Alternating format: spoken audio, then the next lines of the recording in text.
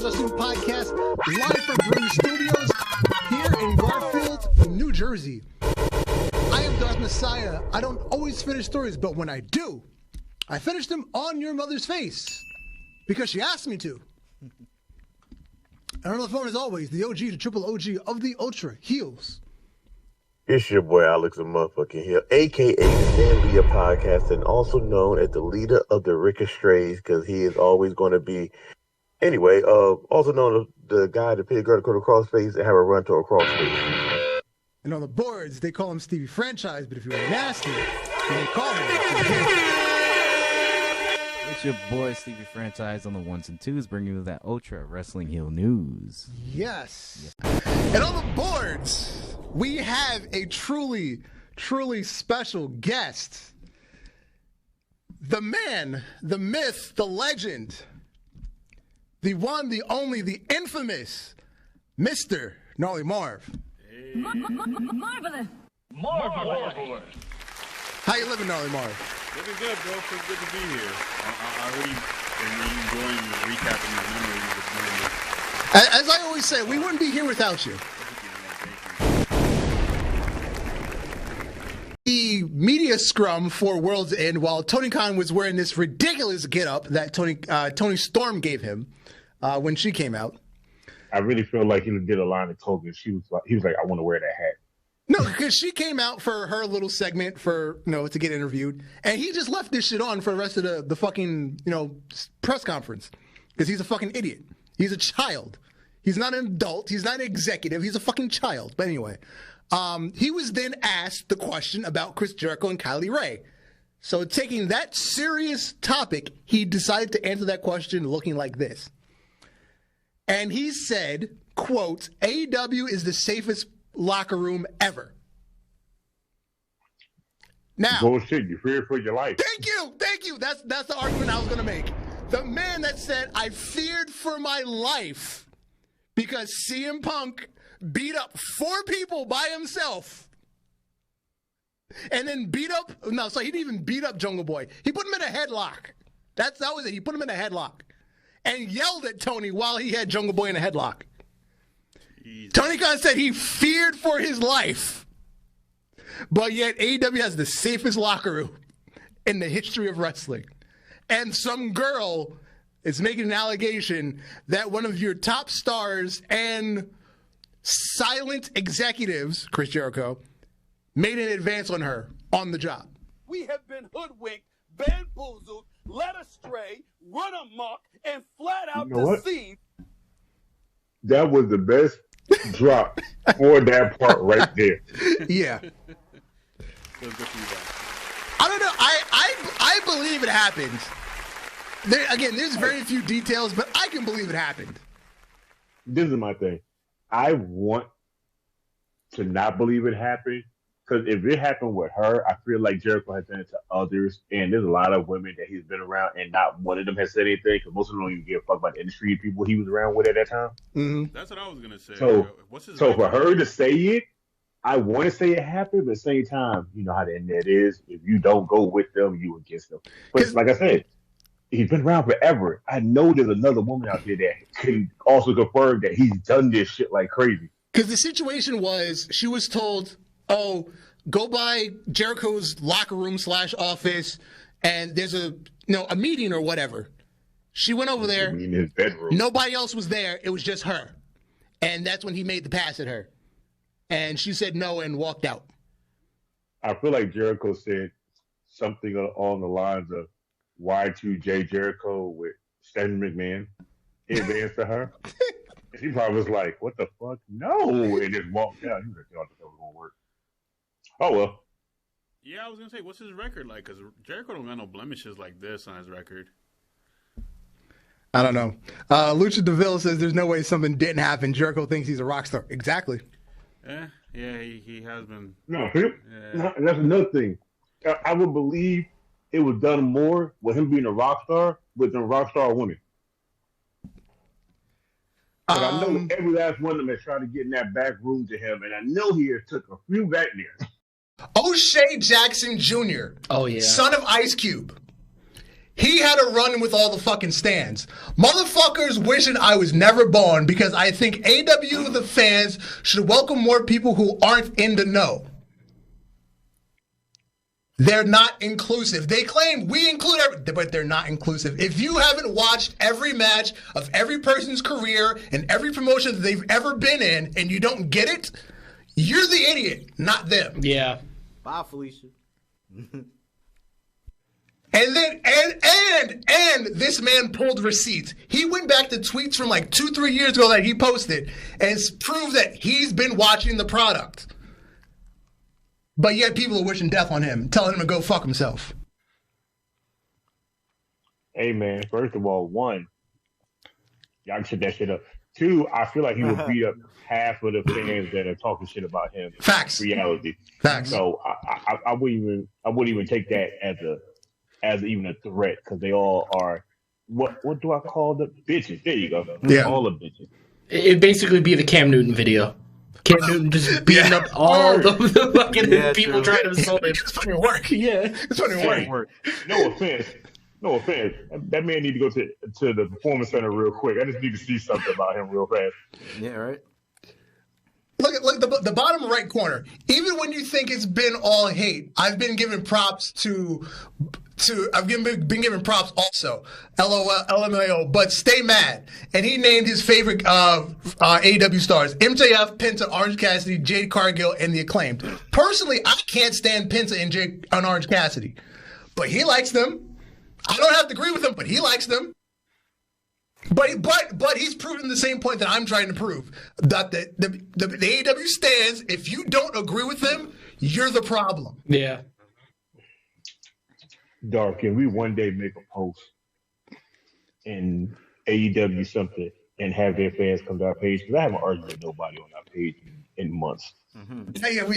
Yeah, we gotta get active again. I'll make a separate Instagram and make sure I'm in this fight as well. Yeah, we gotta get active again. Yeah, I need to get active because I feel a little bit rusty. Well, let's go to the next slide. Tony Khan, because he can't. He's got to get into it. He's got to get into it too. He tweets at O'Shea Jackson Jr. You might enjoy checking out new experiences, entire worlds of international graps out there. I think learning about them is fun. All wrestling is awesome. I hope you enjoy whatever you like. Maybe someday you'll be interested in wider circles. That was the most shadiest stab. He basically said, you don't know shit, go learn something.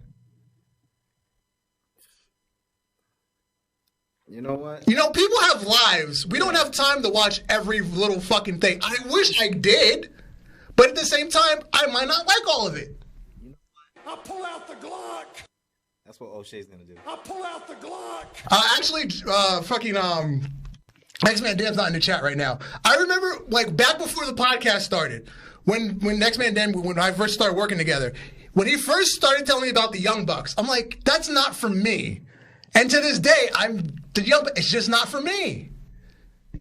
It's not for me. That's not my style. I'm a fan of the TNA X division. AEW is trying to make the entire company based off of the TNA X division, from what I'm seeing. The sad thing is, it would work if they use their roster of people that are X Division worthy.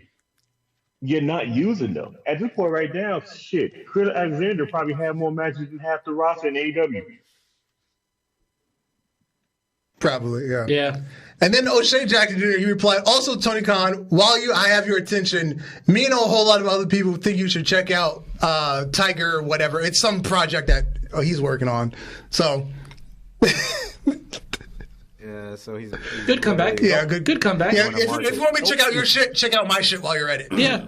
Don't invite Tony Khan to any goddamn thing. That man's not even invited to the barbecue to pull up in the driveway. Don't invite that. Unless it's a coke party, allegedly. I'm about to say, unless Big Swole was there and she got her bag on it. Oh God. Drew McIntyre, the ultimate troll. He's on 50 Cent level right now.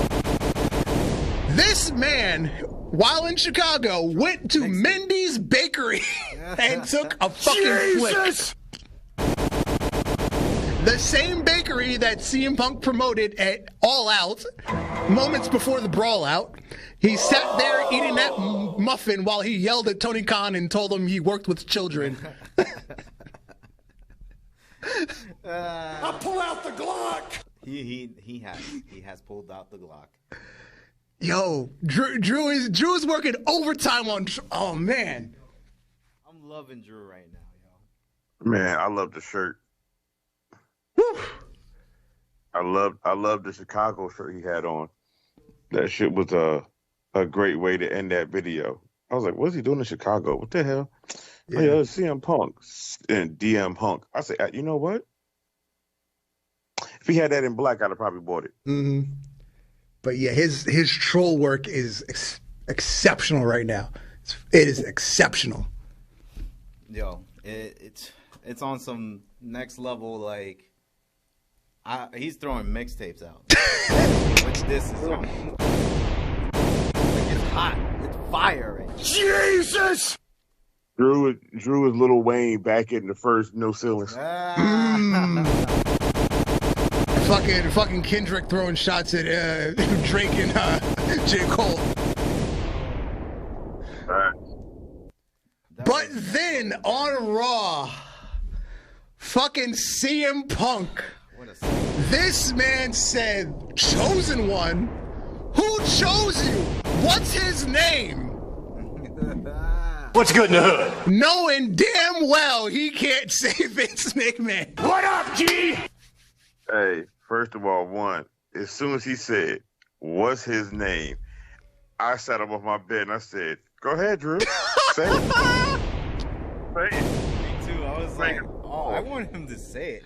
Cause then they took the shot of Drew while he's sitting on the table and he's sitting there smiling. He's like, yo, if I say this shit, I'm getting fired. Yo. Pipe bomb. Tell me when I'm telling lies. Tell me when I'm telling lies. And here's another quotable. CM Punk said, "Are you a Scottish psychopath in a kilt, or are you an internet troll in a skirt? Let's find out." And then Drew said, "This is 2024. You want to get canceled for talking like that?" You want to get canceled for talking like that, Punk? And then when Seth came out, he called him. He said, "You're always in heels. That's why you're taller than me now." It is true. What's on heels that night? Bombs on the ass. Oh man, let's see what else. CM Punk said, "I'm going to do something your championship and wife couldn't never do. Make you interesting." Both interesting. Yo, so we're gonna get him as commentary, special guest commentary. Yeah.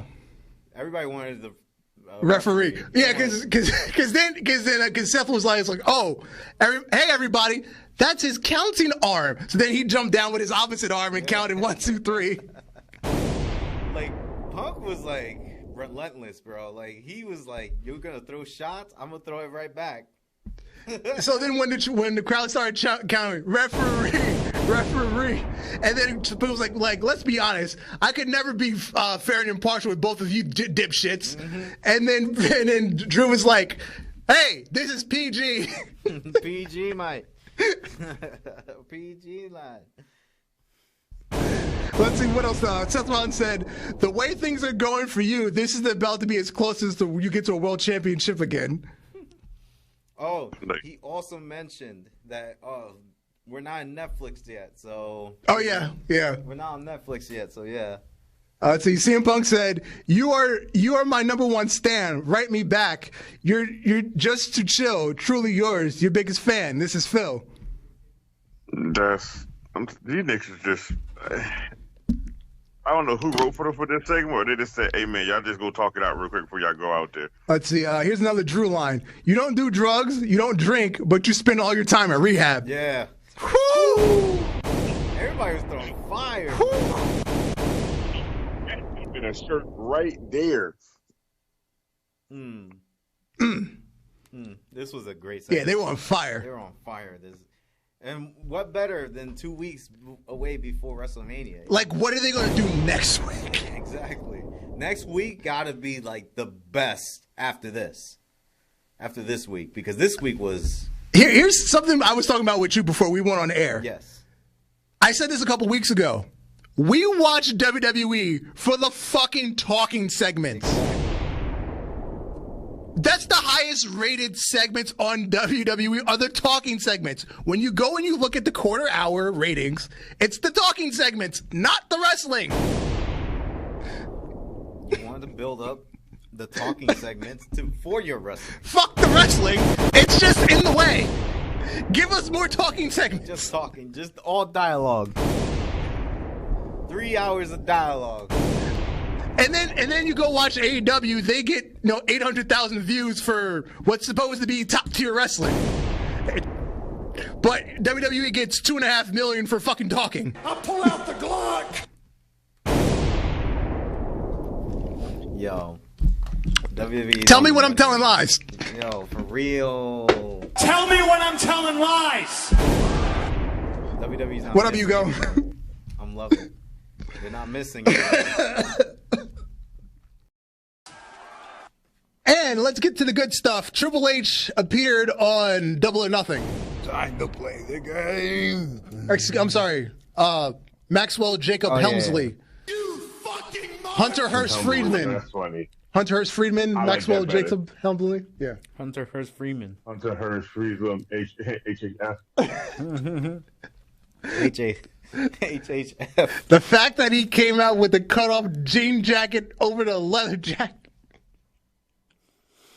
Classic. In my mind, I was like, he is going to And then he had the giant patch on the back.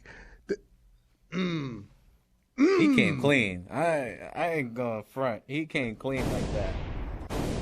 And then the bet on yourself tattoo, which is, he quoted somebody else.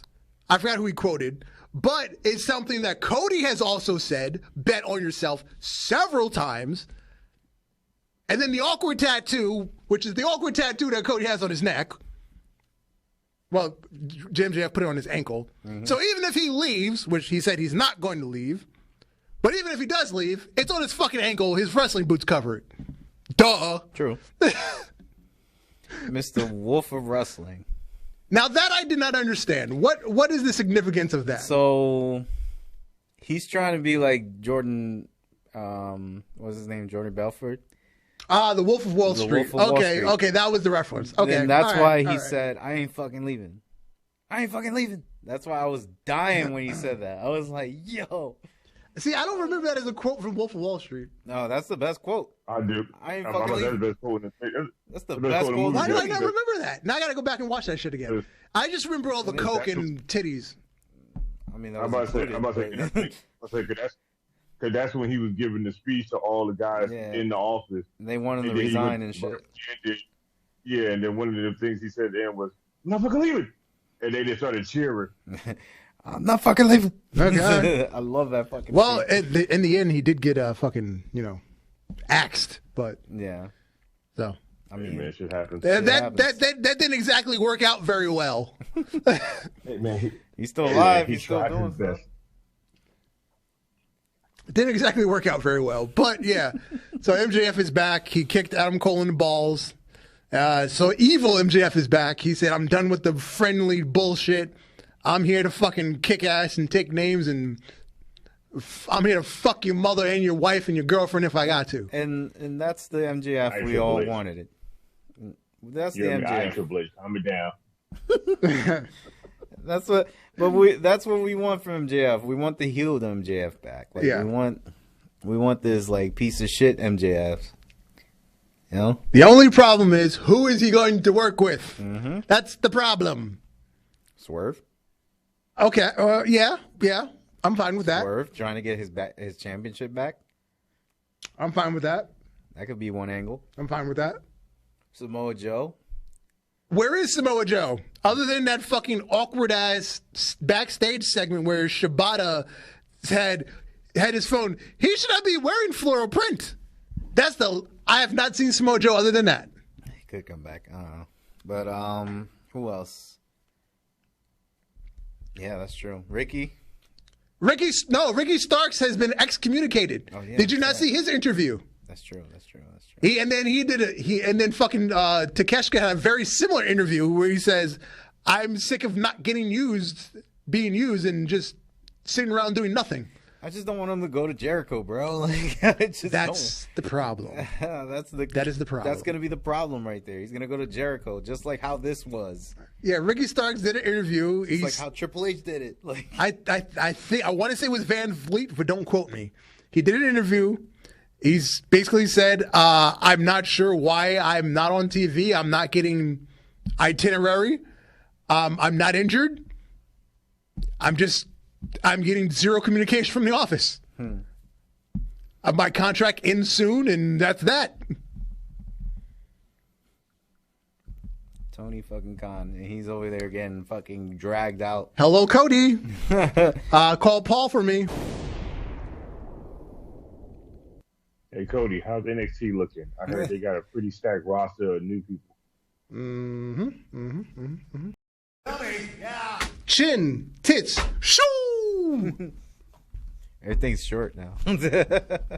Well, that's how Tony Storm does it now. She doesn't do the whole phrase. She just does the 3 words. Yeah, true. Chin, tits, shoo. All right. Okay. I told you I'm dying.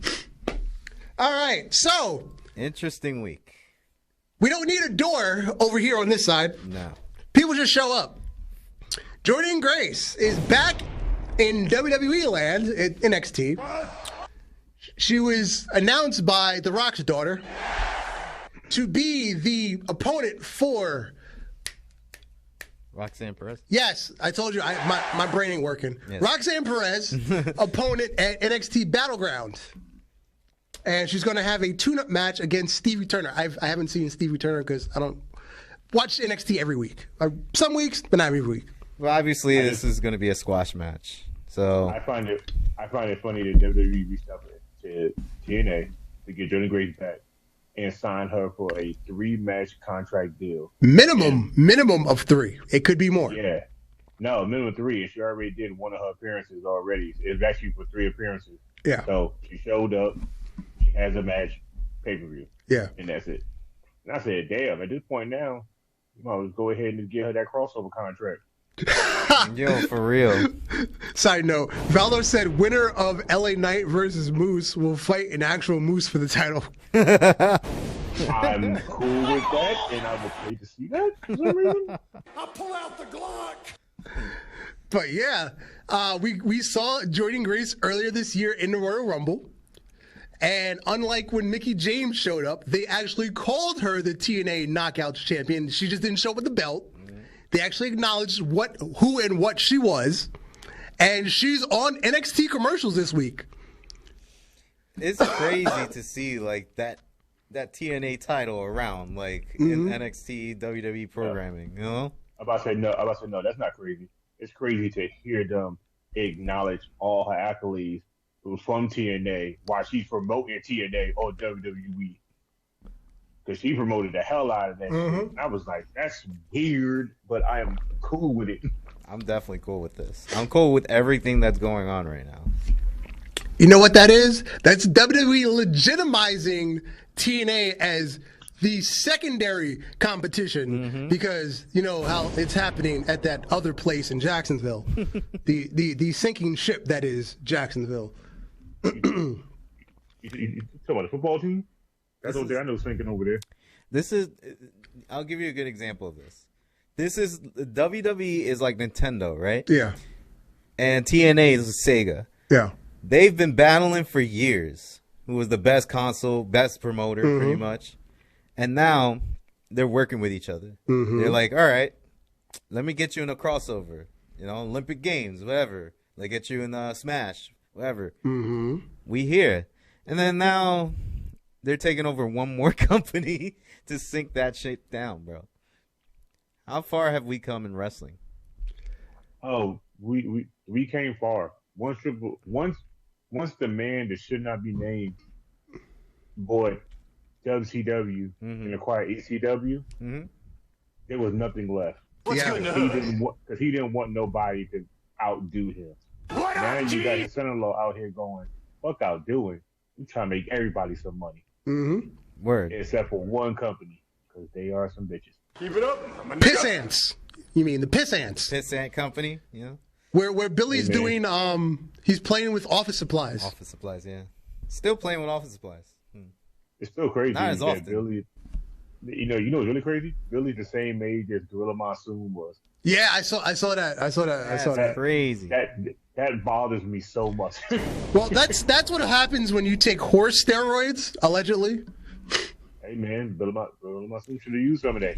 Go ask The Rock, allegedly, and the Rock's wife, allegedly, hey, look, and The Rock's daughter, allegedly. Look, The Rock doesn't take steroids, okay? The steroids take The Rock. The steroids. Speaking of which, have you noticed how big Ava Rain's gotten since she stopped wrestling? Yeah, she looked like she got some happy weight, and I need to be the meat that gives her the rest of it. If I can't get to The Rock, I'll get to the daughter if you smell what I'm cooking. Yeah, you'll be in the bloodline in no time. Yeah, Kelvin. Right now, just invite me. Kelvin said, "WWE versus TNA Worlds Collide." I can see that happening. Oof, that's gonna be amazing. I'm not gonna hold you. Drew McIntyre said. Oh, hold that thought. We're gonna get to that. Hold that thought. No. I ain't talking about that. We'll talk about it. General. Definitely. No, I ain't talking about that. I'm talking about from what happened on Raw. Okay. What do you call it? Like Drew said he's the man of many names. I'm like, bro, there's a lot of niggas in TNA. There's many names too. Bring them over here. I just want to see some matches. There's a lot of matches I want to see so great right now. Especially I want to see Dolph Ziggler come back and not work for the company and show off Nick Nemeth. What he really can be. Yeah, I need that. That would be crazy. You know what I also saw? What if this Worlds Collide thing happens and fucking Mustafa Ali is the X Division champion? Now he's having a fucking match in WWE again. Oh, that's crazy. That'd be so great. That'd be so great because I think Triple H would rub his nipples like Vince used to. Because he was like, guess what? I don't have to pay him as much, but he gets 2 paychecks and he's still getting the rest on TV for me. Yep. And also on NXT, Ethan Page. Look at this man. All ego Ethan Page has arisen from nowhere because I didn't even know he fucking left AEW. All ego, not all elite.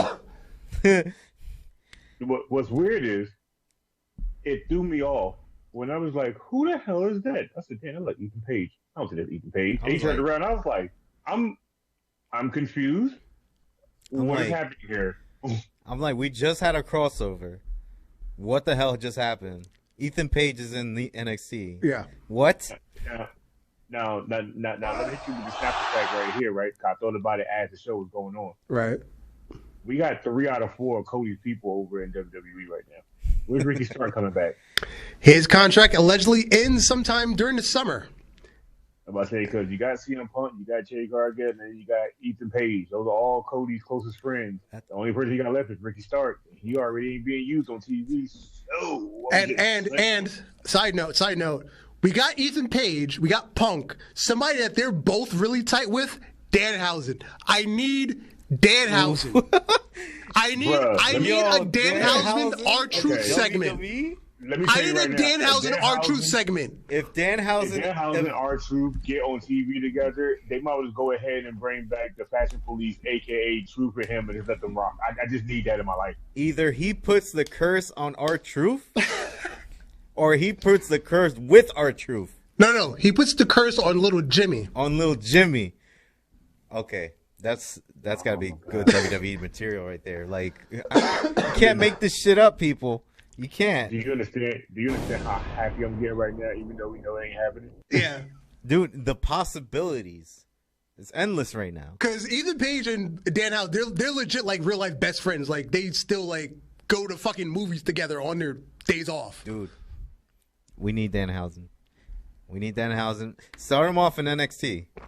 Whatever. Yeah. Start him off in NXT, and then first of all, I don't want to see him on the main roster as of yet. I feel like NXT would be his best playground for him to just do all this stupid shit he want to do.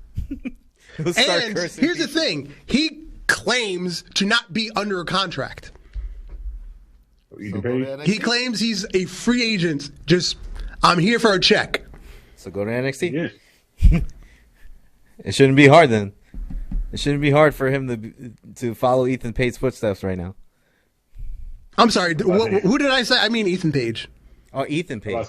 Yeah, Ethan Page. I'm sorry. I'm delirious. I'm going to say some wrong shit. I'm about to say, yeah, Ethan Page is not on a WWE contract. He's just there like a one-off, like James Storm. Yes, there you go. Like Matt Hardy in TNA. Yeah. We don't talk about that era. No. Right now. Again, we don't talk about that era. And now, what we thought you were going to mention a couple minutes ago, Moose put on Twitter, Drew, I see your title obsession. I see where your title obsession began. If this is something you truly want, have your boss call my boss. The outcome will be the same. Ooh. And then Drew answered, doors open both ways. I would love to see this match again, bro. I mean, bro, that's a different type of Drew McIntyre. Mm-hmm. Okay? That's a different type of Moose. That's a 6-star match off the grip. And when they already was rivals in Impact, it was a great, rivalry. This was Drew Galloway, the one that we met. Drew Galloway in the Bronx. Hey, look, let me tell you something. This right here, this match, go ahead and just make that bitch an Iron Man match. Let the men just go. If you recall, Pepsi Phil, Chick Magnet Phil, the Cult of Personality, CM Punk, our very own. He was on the Ariel Helwani podcast. He said, and I quote, "I thought I was coming in to help business. If I could teach something great, and I think I was just brought in for other reasons.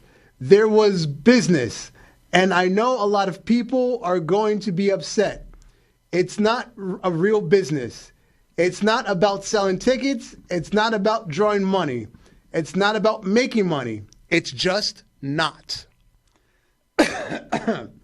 And now, from Tony Khan's own Twitter fingers,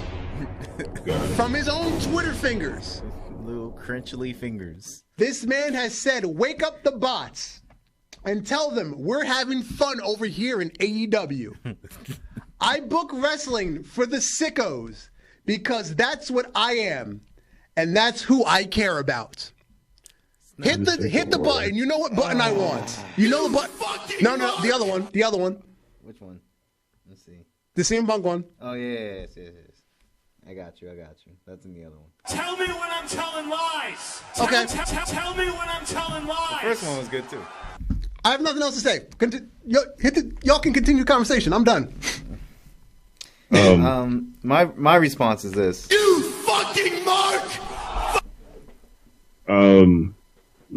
From his own Twitter fingers. From his own Twitter fingers. His own dirty, haven't showered in a bit, so he got some of the crust in the fingers. Oh, we're gonna cover that too. That's at the end of the show.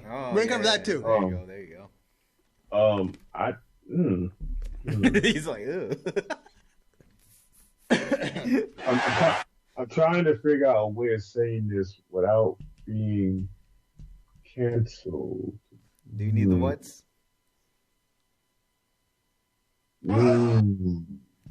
How can I put this in good words? Miss an ECW event, and I'll leave it at that. I'll pull out the Glock.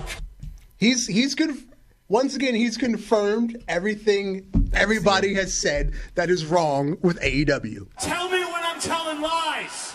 Don't get there again. There are good things there. Good things happen. But all of the overwhelming problems that we see, the glaring problems,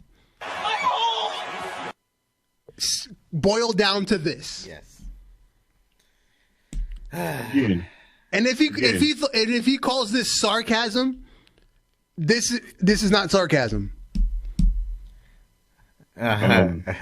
Calvin said, "Having fun in a half-empty arena. What part of this is the game, or what part of the game is that? I don't know. I don't know. I can tell you right now what part of the game this is.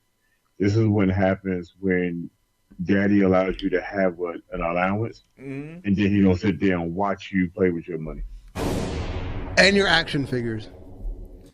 And then he sees you bust your ass. You don't get too fussed about that. Then he sees you bust your ass, or somebody like whoop your ass in the middle of that ring. Worked. And then he's coming out looking like Saddam Hussein and shit. Like, saying, "What happened to my son? What did you do to my child? You hit the ass because he deserved it." Dolph is like, "Why?" At this point right now, only thing I can say is Tony Khan is 2 steps away from being in between Trapped in the Closet and Bad Boy. Or being trapped in not even Eric Bischoff's body. This is like Vince Russo's body mostly. No, I don't think we covered this. A couple weeks ago, probably about a month ago about now, Vince Russo, no, we did talk about this. Vince Russo criticized Tony Khan's bad booking and at the same time said, "Hey, hire me. I can help you." That's even worse. You know what's funny? I would say that's even worse, but for Tony Khan's sake, it's probably his best bet. The fact that Vince Russo can insult you is a problem. Word. Because Vince Russo is the man that normally is getting assaulted a lot by a lot of people. Even people that don't even care about wrestling talk shit about him. But when he talks shit about you, yeah, something's not right. Something's definitely not right in the atmosphere. If Jim Cornette and Vince Russo can agree on something, there's a problem. That's even more rare and also terrifying. That's very rare. Holy shit. There's a problem when they can agree on something. That's like breaking the hemisphere and shit. Like breaking the multiverse. That's a mind-blowing shit. At this point right now, I understand wrestlers got to wrestle. What up, Valdor? Like I said, wrestlers got to wrestle. Yeah. It's just paying the bills. Of course. But at the same time, there's only so much you can do and give away your soul, your booty before you go. I can't do it. Yes, as I said a couple weeks ago, he's done some good. He's created a new place for wrestlers to work and get a paycheck. He pays them very well. Very, very well. That's what happens when you get new toys. You play them very, very, very well. But for the sickos, the people that like that kind of thing, that's the kind of thing those people like. And again, there are things that I enjoy on that show, but I have to sit through 85% of the crap to find the 15% of stuff that I like. Is he trying to be the wise man, bro? Like, is he trying to be Paul Heyman, bro? Like, is that what he's trying to be? First of all, we're not going to put his name and Paul Heyman's name in the same sentence. I do apologize, but yes. Paul Heyman already got enough to deal with the people he's working with. You think he won't have any more shit to put into his life? But I'm just saying, this is the next Paul Heyman because that's what he's going for, the sickos. I don't know. No. Moving on. He wish he could be Paul Heyman. He wish. It happened. The werewolf is here. We've been talking about it for weeks. Boy, he slimmed down so great. What up, Knox? Yo, he's on that fucking Walter plan. He slimmed. He's on that Walter plan. He's on the fucking Ozempic or something. He was like, I need to get ready. First of all, guess how much he weighs when he showed up? He's got to be like 240. No. How much? This man is 280 pounds. What? That's crazy. Yeah. You're right because he was probably like 320 or something before. Yeah. Yeah, that man toned that shit into straight muscle. I said this is fucking crazy because on Bully Ray's podcast, him and Mark Ham was talking about it, and Mark Ham said, "I just want to know one thing: as big as he is, and he weighs 280 pounds, how he make that jump from turnbuckle to the announce table for him to be a big man. That shit and I said, you're fucking right, because I forgot to even think about that shit. I thought he was Logan Paul doing this shit, bro. Like, dude's a massive dude, bro. Doing shit like this. This is why he's a fucking freak of nature, because he did that. This is why people should fear him. Now being on SmackDown. And remember last week when I was talking about there's a certain niche for certain people that don't have the body type for wrestling. I kept bringing up Kevin Steen. Everybody can't be Kevin Steen. Everybody can't be Jacob Fatu. He's an anomaly. It works for him. It doesn't work for everybody. No. Everybody can't be that. Bro, we only had three big guys that are able to do that. Kevin Owens, Jacob Fatu, and Keith Lee are three people that are one in a generation that can do shit. You like, dude, those are luchador moves. Why are y'all doing these? Yoko couldn't even pull these off. Every fat guy that wants to wrestle can't do that. It works for them, not everybody. Yoko can't even pull this off. You have to have all the other, like, the personality, all the other aesthetics for a wrestler to go with the fact that you're a fat guy doing those kind of moves. The personality, there you go. The strength, the powerhouse. You had to be able to show that you could do feats that nobody else could do, a.k.a. Mark Henry, a.k.a. Big Show, a.k.a. Braun Strowman. Like, you got to be, like, when you're big, you're W3 guys. But when you're D3 guys, you are a creative character that people make in the game. Yeah. Now, did anybody catch this, though? When Solo and Jacob was in the ring doing the one-up, did you see that Tungaloa and them looking scared looking at Jacob Fatu? Even they don't fucking trust him. The thing is, like, I feel like how they're recruiting them is by levels. There's levels to this shit. There's levels to this shit. For real. Like, I'm dead serious. Where Tonga literally came in like savages. This motherfucker came in more than a savage. And then you imagine there's gonna be another Samoan, Zilla, probably, that's gonna be more crazier than him. Okay, first of all, let's just put this in perspective. We already got 4 in this bloodline, right? If you were to bring Zilla and their brother, the tall dude from New Japan, where did that lead the bloodline? Because there's only still 3 members. Well, I assume by then we would have Roman somewhere around SummerSlam, and then he's going to show up in, like, what the fuck is going on? And then at that point we'll have, NWO and NWO Black and Red, and we're going to start splintering off with all the Samoans, with all the Polynesian. Hey, look, I'm cool with that. Are you black and white or are you black and red? Hey, look, no, are you black and red or are you red and black? It looks like they're united there, but like. Now, this is my thing about this whole storyline. I'm enjoying it. We had Roman Reigns, the head of the table, the man that's been there, not technically the longest, because, we all seen the Usos on TV first before we saw who Roman was. You have him. He's been there longer. He's been trained by the best. He fought the best. He's more ring knowledge. You have the Usos, longest reigning tag team champs. These guys know how to do it. And then you had Solo being the destroyer of them. Now you have Solo. Hashtag not my tribal chief. Word. Speaking of that, though. Wait. Now you have Solo trying to be the head of the table. Cool, whatever. I need him to get out them big ass suits because they ain't fitting him. Or I need him to get back in he's not Suge Knight. Nah. He's not Suge Knight. But Solo has a plan. And his plan look like a mafia plan. He ain't doing no damn work. He's bringing in the work to do for him. You have Tonga and his brother, 2 tag team champs from New Japan. These guys are dangerous as hell in their own right. They can compare with Usos. But who can Roman get to go against Jacob fucking Fatu? I don't know. That's going to be crazy. Now, speaking of this, did you guys catch before Jacob came out or before the match even happened? Solo said Roman Reigns is not coming back. Oh yeah. Okay, remember that? Yeah. the place has been set, or the piece has been set. That's it right there. That's when we know there's speculations that we're gonna have Roman's bloodline and Solo's bloodline.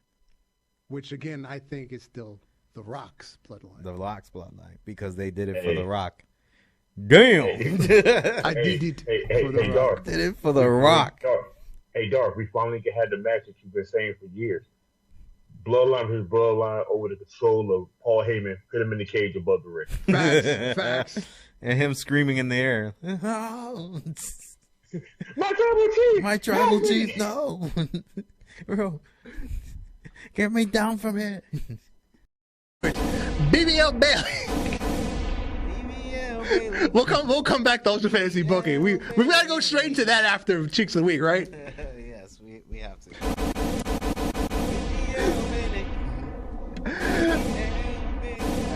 How is Nia Jax hit twice? She's hit twice. She's on a roll, yo. First her hole. And somehow we still have that on the board from like 2 years ago. First her hole, and now she hits with BBL Bayley. BBL Bayley. I wish I had the song.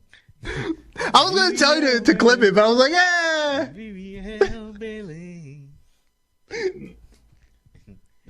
We'll just post it on Instagram. And the thing it was so smooth. Because she said it, and I was like, wait, what? And then I just started dying laughing. She was like, what's next for you? They're going to call you BBL Bayley? And like, yo, you hit the mark on that one. Yeah. Yeah. She did respond, though. Yes, She did yeah. respond. Yeah. I ain't care about her response. Yeah, and the thing was, because Nia, as she was hitting the line, like, she leaned around Bayley and, like, looked at it. It was like, so what are you now? BBL Bayley. And then the camera caught it with the mean smirk. Mm-hmm. She was like, hey, what you want me to do about it? Cheeks of the week. The thing's just sitting there. What you want me to do about it? I mean, the thing is just there. The thing is thinging. The thing is thinging. I mean, we're not I complaining give about it. Look, I give props to the cameraman. When she looked around there, he panned down a little bit. I said, thank you, sir. You deserve it. Yeah, just enough to get it, but not enough to be, like, grotesque about it. Exactly. Whoever's working the cameras, yo, you an all-star. If we want to be professors about it, we need the AEW cameraman. Oh yeah, because the AEW camera guys just be all up in like fucking Soraya's freaking. Yeah, or Tony Storm or Ryan, but they just be all up in the cheeks. Mm-hmm. Hey man, they be at the crack of that damn thing. I'm like, God damn. Cheeks of the week. Zoom in no more. I need more. Yeah, don't let it be like freaking Like you're getting a promotion. be like Jack Perry's girlfriend. I can't think of her name right now. You know, Sonny, I forgot her name too. Holy crap. Because she's never on TV. Because nobody cares. I want to say Sarah J, but that's a totally different story. Sarah J is Yes. yes, and that's all we're gonna say. It's not Sarah J, but it sounds like Sarah J. But oh yeah, Bailey did respond on Twitter. Born like this. Yes. And she's had this dunk, if you will, since the beginning. Going back to NXT. And when she talked about that infamous promo day where they first told her to be more girly and she wore that tight red dress. Yeah. And, I couldn't have been there because that been a day. They've been like, so how long you been dating? Shit, y'all ain't seen that promo day? That's out that day. Yeah. I've been together. I've been over here being one of her wacky inflatable 2 men every night. Yeah. And then the day she dressed up like Sasha, couldn't she wear the booty shorts? Yeah. I think she dressed Man, I ain't gonna hold you. That Hall of Fame induction ceremony, she came out with that baby blue dress. I was like days a day. And it's my favorite color. Oh my god. Yeah, because she had the mean tan too. Oh God. I was like, her Latina was coming out that day. I was like, take me tonight. Picture I sent you, Dark, of like take me and that chin tonight. All the pictures of. Yeah, I seen it. Yeah. Okay, thank you, Kelvin. It's Anna J. There we go, Anna J. Anna Jay from AEW. It came to mind with Cornstarch, so yeah, I'm not gonna remember that. And of course, the cutout pants that everybody was like, "Oh, she's not wearing panties." No, you idiot, she's wearing a thong. First of all, she was. Second of all, that damn thing was hanging. Yeah, and she wore like 3 different ones. She had a white one, she wore the black one, and she wore a yellow one. She probably got a discount. It was probably on sale for like 30% off. She got 3. And third of all, it was the best outfit. Yeah. Out of her all wrestling attire, this is the best outfit. And then she was doing squats in her driveway in panties. That's in those yellow panties. Those aren't booty shorts. Those are panties. Mm-hmm.